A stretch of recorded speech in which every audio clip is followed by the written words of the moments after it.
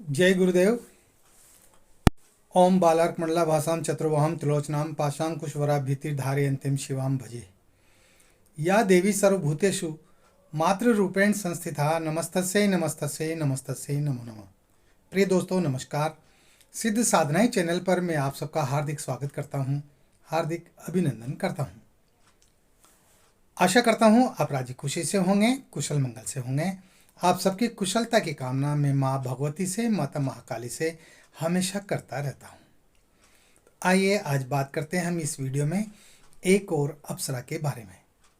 दोस्तों, आज मैं जिस अप्सरा के बारे में बताने जा रहा हूं वह अप्सरा भी उतनी ही खूबसूरत है जितनी अन्य अप्सराएं हैं। हाँ, इंद्र के दरबार में जो अप्सराएं हैं ना, वो एक से बढ़कर एक खूबसूरत हैं। हम उनकी आपस में तुलना कर ही नहीं सकते कि कौन ज़्यादा सुंदर है। सब अपने आप में बेमिसाल हैं, अद्वितीय हैं, अनुपम हैं। और ये अप्सराएं ये मानव संपर्क में आने के लिए हमेशा आतुर रहती है, लालायित रहती है। सवाल ये है कि साधक को चाहिए कि वो पूरी तन्मयता के साथ, पूरी श्रद्धा भाव से इनका आह्वान करे और इनको सिद्ध करे, तो ये निश्चित रूप से प्रत्यक्ष होती है।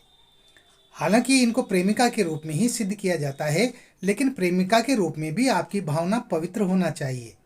आपकी भावनाओं में, आपके दिल दिमाग में वासनात्मक गंदगी नहीं होना चाहिए। हाँ, वासना से दूर रहना चाहिए। प्रेमिका का मतलब ये नहीं होता है कि आप उसके साथ कुछ भी कर लें, है ना। शुद्ध सात्विक प्रेम होना चाहिए, है ना। आप इनसे बैठ करके बात कर सकते हैं, है ना। अपने सुख दुख के बारे में आप चर्चा कर सकते हैं, है ना। हंसी खिलखिलाहट कर सकते हैं, मजाक कर सकते हैं, ये सब कुछ कर सकते हैं। लेकिन इनके साथ में विषय भोग करने के बारे में कदापि न सोचें, क्योंकि विषय भोग के बारे में तो वो व्यक्ति सोच सकता है जो महान तपस्वी हो, महान साधक हो। हाँ, जिसने जो है तपस्या में ही जो है अपना जीवन पूरी तरह से अर्पित कर दिया हो और जिसने तपस्या की बेशुमार ऊर्जा प्राप्त कर रखी हो, है ना। वो तो सोच सकता है, जैसे महर्षि विश्वामित्र जैसे महामुनि, ब्रह्म ऋषि, है ना, वो सोच सकते हैं, क्योंकि वो महान तपस्वी थे और उन्होंने तो जो है अप्सरा को सिद्ध करके और उससे शादी भी की थी, है ना, महर्षि विश्वामित्र ने। तो उनका जैसा तप बल तो आज हमारे पास है नहीं, है ना। लेकिन हम चूंकि एक साधारण साधक हैं, तो साधारण साधक होने के नाते भी हम जो है इनको सिद्ध कर सकते हैं। लेकिन इनके साथ में हम अच्छा व्यवहार करें, मधुर व्यवहार करें, और जब कार्य हो तभी हम इनका आह्वान करें, तभी इनको हम बुलाएं। ऐसा नहीं जब चाहे जब भी बुला लिया कर लिया, ऐसा भी नहीं होता है। जब आवश्यक हो तभी इनको बुलाया जाता है, और ये बुलाने पर प्रत्यक्ष होती हैं, साधक के पास आती ही आती हैं और साधक की तमाम सारी मनोकामनाओं को पूरा करती हैं। तो ये वीडियो बहुत खास होने जा रहा है, पूरा देखिएगा, स्किप मत कीजिएगा। चैनल पर नए हो तो चैनल को सब्सक्राइब करें, लाइक करें, अपने दोस्तों में ज़्यादा से ज़्यादा शेयर करें, ताकि हर व्यक्ति इन साधनाओं का, इन प्रयोगों का लाभ उठा सके। इसके साथ ही बेल आइकन को प्रेस करके ऑल पर क्लिक करने से हमारी वीडियो का नोटिफिकेशन आपके पास तुरंत पहुंच जाएगा और आप पहले व्यक्ति होंगे जो हमारी वीडियो को सबसे पहले देखेंगे। तो आइए आज बात करते हैं हम लीलावती अप्सरा के बारे में। दोस्तों, लीलावती अप्सरा अपने आप में बेहद खूबसूरत है, बेहद प्रभावशाली है। इसका व्यक्तित्व बहुत ही आकर्षक है। हाँ, इसके बदन से भी अष्टगंध की खुशबू आती है, सुगंध फूटती है, सुगंध के झरने झरते हैं और ये अपने साधक को मदहोश कर देती है। मनमोहक अदाओं की मालकिन है ये। अपनी अदाओं से ये साधक को लुभाती है, उसको प्रसन्न रखने का कार्य करती है। इसके साथ ही ये अपने साधक की तमाम सारी समस्याओं का समाधान करती है, हल करती है, दुखों का निवारण करती है। अपने साधक को ये कभी चिंतित अवस्था में देखना ही नहीं चाहती। हाँ, इसलिए अधिकांश साधक इसकी साधना करते हैं, इसकी सिद्धि करते हैं। हाँ, ये अपने साधक को धन द्रव्य भी ला करके देती है। ये आर्थिक रूप से साधक को मजबूत कर देती है। उसके घर में किसी प्रकार की कोई कमी नहीं रहती, न अन्न की, न धन की, न और भौतिक सुख सुविधाओं की। ये तमाम सारी भौतिक सुख सुविधाओं को उपलब्ध कराती है और इस तरह से ये जीवन भर साधक के साथ रह करके और साधक की हर इच्छाओं की, हर मनोकामनाओं की पूर्ति करती है। तो लीलावती अप्सरा अपने आप में अद्भुत है। हाँ, और शीघ्र ही प्रसन्न भी हो जाती है, प्रत्यक्ष भी हो जाती है और इसकी सिद्धि भी बहुत जल्दी हो जाती है। तो इस साधना को कैसे करना है उसके बारे में मैं आपको अब बताने जा रहा हूँ। एक एक बात बताऊंगा, पूरा ध्यान से सुनिएगा, वीडियो को स्किप मत कीजिएगा वरना आप जानकारी से अधूरे रह जाएंगे। और अगर थोड़ी सी भी जानकारी से आप अधूरे रह गए ना तो फिर जो है आपके पल्ले कुछ नहीं पड़ेगा। क्योंकि अप्सराओं की साधना करने में जो नियम है, जो विधान है, उनका एक एक का ध्यान रखना पड़ता है और उसी हिसाब से हमें क्रियाएं करनी पड़ती है, साधना करनी पड़ती है। तो इस साधना को आप कैसे संपन्न कर सकते हैं, आइए इसके बारे में पूरी बात करते हैं। दोस्तों, लीलावती अप्सरा की साधना ये 11 दिन की साधना है, ठीक है। और इस साधना को आप किसी भी पूर्णिमा से शुरू कर सकते हैं। कोई भी पूर्णिमा हो, उस पूर्णिमा के दिन से आप इसको शुरू कर सकते हैं और 11 दिन आपको लगातार ये साधना करनी पड़ेगी। तो आपका साधना कक्ष बिल्कुल एकांत में होना चाहिए, अलग होना चाहिए, जिसमें आपके अलावा दूसरा कोई प्रवेश ना कर सके, क्योंकि ये नियम हर साधना में लागू होता है ना।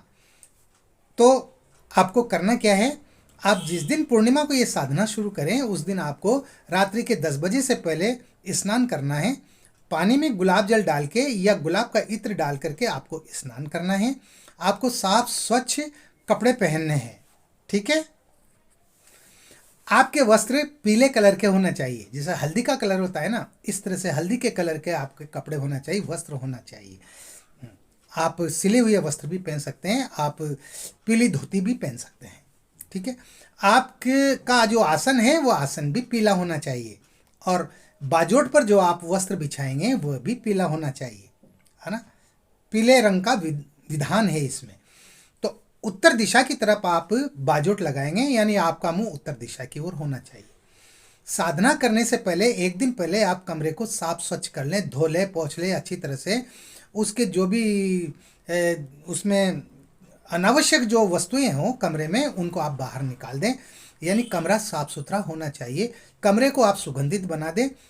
एक साइड में आप अपना बिस्तर लगा लें, बिस्तर भी आपका खूबसूरत होना चाहिए और इत्र का छिड़काव करें, सेंटेड कर दें पूरे कमरे को, है ना। खुशबूदार अगरबत्तियां जलाएं, गुलाब का इत्र छिड़क दें आपके बिस्तर पर, आपके कपड़ों पर, आप आसन पर और वस्त्र पर, इन बाजोट पर जो वस्त्र बिछाएंगे उस पर भी, है ना। यानी कहने का मतलब ये है कमरा महकता हुआ होना चाहिए, ठीक है। अब आप 10 बजे जो है आप उत्तर दिशा की तरफ मुंह करके पीला आसन बिछा करके आप बैठ जाएं और बाजोट पर आप अपने गुरुजी का चित्र स्थापित करें।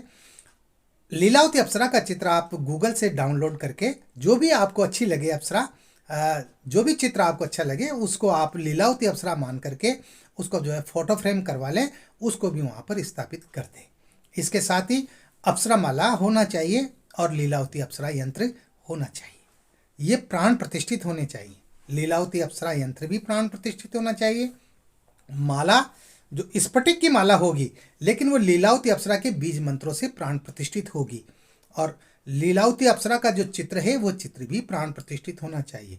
इसके साथ ही एक बात ध्यान रखने की यह है कि आपको लीलावती अप्सरा साधना दीक्षा भी अपने गुरुजी से लेनी पड़ेगी। मैं बार बार कहता हूं, बिना साधना दीक्षा लिए आप किसी भी साधना में हाथ न डालें, वरना आपके हाथ कुछ नहीं आएगा, आपको कुछ नहीं मिलेगा। 11 दिन आप जो मंत्र जपेंगे वो सब बेकार ही जाएंगे, उनका कोई मतलब ही नहीं निकलेगा। इसलिए ये जो भी साधनाएं की जाती है ना, ये साधना दीक्षा लेकर के ही साधना की जाती है। तो ये सब काम आप पहले कर लें, है ना। अब आपको सबसे पहले अपने चारों तरफ सुरक्षा घेरा लगाना है। तो सुरक्षा घेरा लगाने के लिए आप अपने बाएं हाथ में चावल लें, चावल लेकर के और दाहिने हाथ से 2-2, 4-4 दाने सभी दिशाओं में फेंकते हुए और आप मंत्र बोलें, ओम अपसर्पंतु ये भूता भूमि संस्था ये भूता विघ्न कर्ता रस्ते नश्यंतु शिवा गया अपक्रामंतु भूतानि पिशाचा सर्वतो दिशम सर्वेशाम विरोधेन पूजा कर्म समारभ्य। और इस तरह से इस मंत्र को आप लगातार बोलते हुए अपने चारों तरफ चावल के दाने बिखेरते हुए फेंकते हुए और आप सुरक्षा घेरा लगा लें, या फिर आप चाकू की सहायता से भी जो है अपने सामने की दीवार से लेकर के और अपने पूरा घेरा बनाते हुए और जो है चाकू की सहायता से भी रेखा खींच करके आप सुरक्षा घेरा लगा सकते हैं। ये सुरक्षा घेरा हो गया। इसके साथ ही आपको रक्षा माला अपने गले में पहननी है। तो रक्षा माला आप एक बार तैयार करवा लें रक्षा मंत्रों से प्राण प्रतिष्ठित, वो आपकी जिंदगी भर वो रक्षा माला आपके काम आएगी। जब भी आप कोई भी मंत्र जप करेंगे या कोई भी साधना करेंगे किसी भी प्रकार की, तो वो रक्षा माला आपके गले में होना चाहिए ताकि आपके शरीर की पूरी सुरक्षा रहे, है ना। इस बात को भी नज़रअंदाज मत कीजिएगा, ठीक है। ये हो गया। अब इसके बाद में आपको क्या है, सबसे पहले अपने गुरु जी का पूजन करना है। तो अपने गुरु जी का पूजन करें। गुरु जी का पूजन जो कि मैं बताता हूँ, पंचोपचार पूजन करना होता है। स्नान कराएं, तिलक लगाएं, अक्षत चढ़ाएं, पुष्प चढ़ाएं। गुलाब के पुष्प आपके पास होने चाहिए। इसी तरह से आप अप्सरा चित्र का पूजन करें, है ना। इसी प्रकार से आपको अप्सरा यंत्र का पूजन करना है। इसी तरह से आपको अप्सरा माला का पूजन करना है। ये सारा सबका पंचोपचार आपको पूजन करना है। इसके बाद आपको भगवान गणेश जी के मंत्र की आपको एक माला करनी है, उनका आह्वान करना है। तो ओम गंग गणपति नमः इस मंत्र से, ओम वक्रतुंडाय नमः या ओम गणेशाय नमः, आप किसी भी मंत्र से आप गणेश जी के मंत्र की एक माला करें। एक माला आप भैरव मंत्र की करें, है ना। ओम भैरवाय नमः, ओम ब्रह्म भैरवाय नमः, जो भी है आपको याद हो जो भी मंत्र, उस मंत्र से आप भगवान भैरव का भी आह्वान करें, है ना। ये करने के बाद में आपको जो है अपने कुल देवताओं को, ग्राम देवताओं को इनका आह्वान करना है। तो इनका आह्वान आप जो है बोल करके कर सकते हैं। हे ग्राम देवताओं मैं आपका आह्वान करता हूँ, हे कुल देवताओं मैं आपका आह्वान करता हूँ, आप मेरी साधना में सहायक बनिए। इस प्रकार से आप आह्वान कीजिए, है ना। फिर आपको जो है अपने गुरु मंत्र की एक माला करनी है ना। आपके गुरु अगर डॉक्टर नारायण दत्त माली जी हैं तो ओम परम तत्वाय नारायणाय गुरुभ्यो नमः इस मंत्र के आप एक माला करें।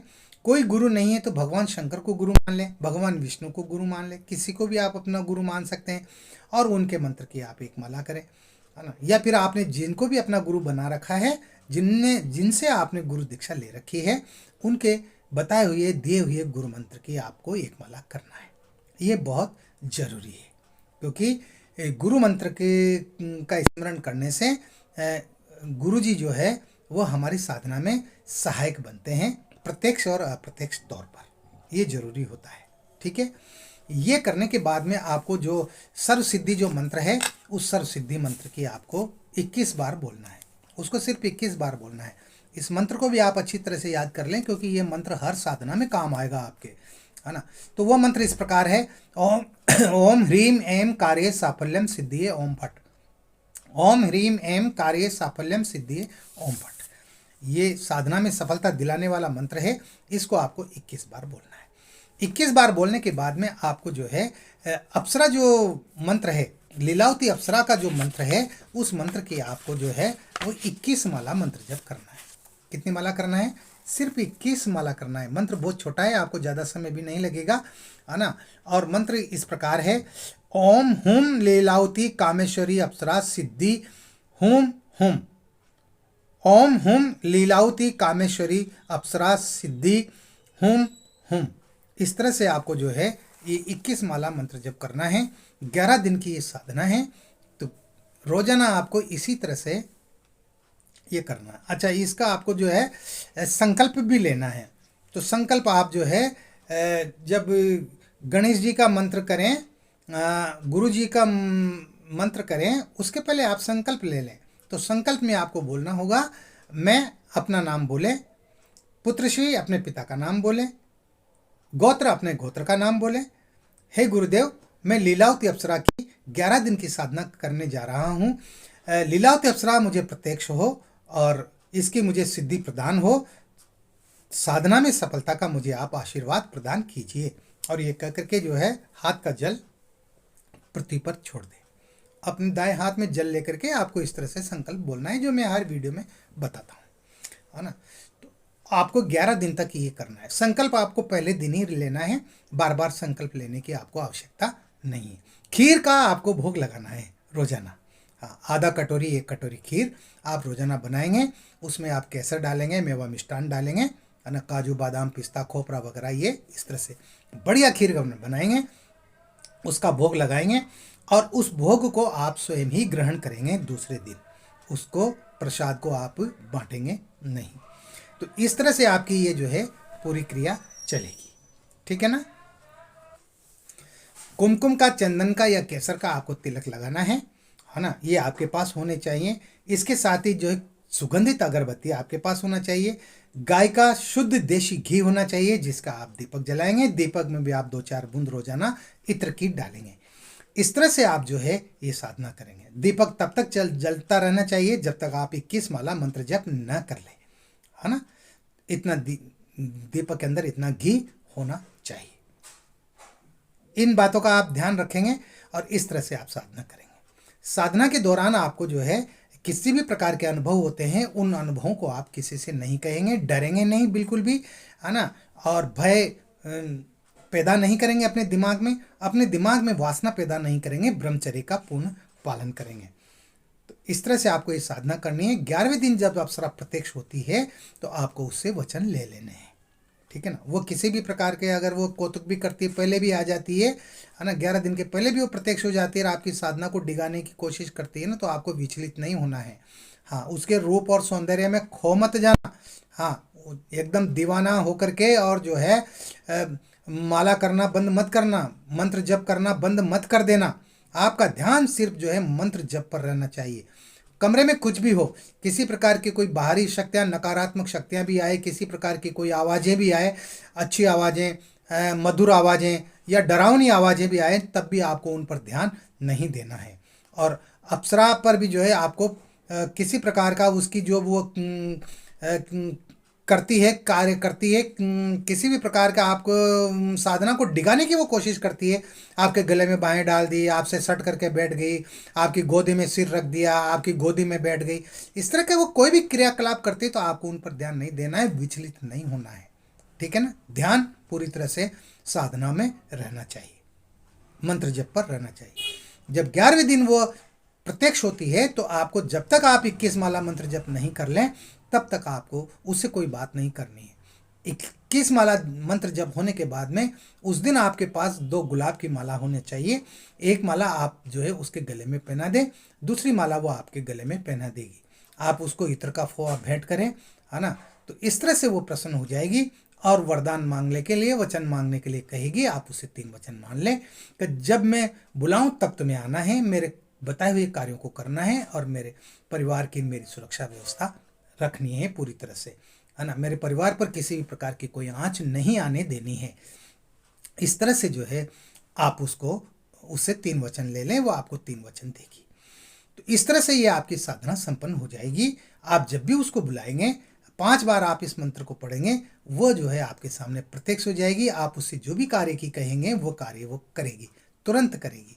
अरे ये तो बिना बताए ही कार्य करती है, इनको तो कहने की आवश्यकता ही नहीं पड़ती, है ना। ये तो सब जानती है, अपने साधक की पूरे मन के भावों को जानती है और उस प्रकार से वो बिना बताए सब कार्य करती चली जाती है। खैर ठीक है, जो भी है।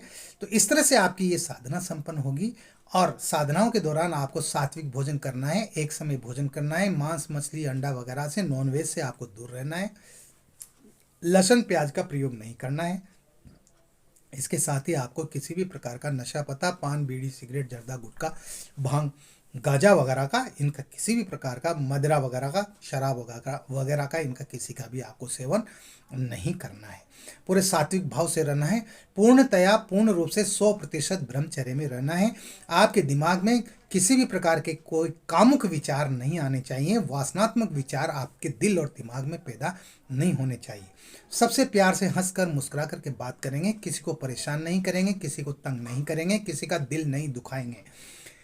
माता बहनों पर कुदृष्टि नहीं डालेंगे, उनका सबका सम्मान करेंगे। इसके साथ ही आप जो है धर्म कर्म भी करते रहेंगे, है ना। गायों को चारा डालना, पक्षियों को दाना डालना, चींटियों को चुग्गा डालना, ये सारी चीज़ें भी आप करते रहें। चींटियों का जो मीठा चुग्गा बनता है, आटे को घी में भून करके और उसमें थोड़ा सा चीनी मिला करके, और जहाँ पर चींटियों के बिल होते हैं ना, वहाँ पर डालना पड़ता है, तो चींटियाँ उसको, भोजन को खाती है।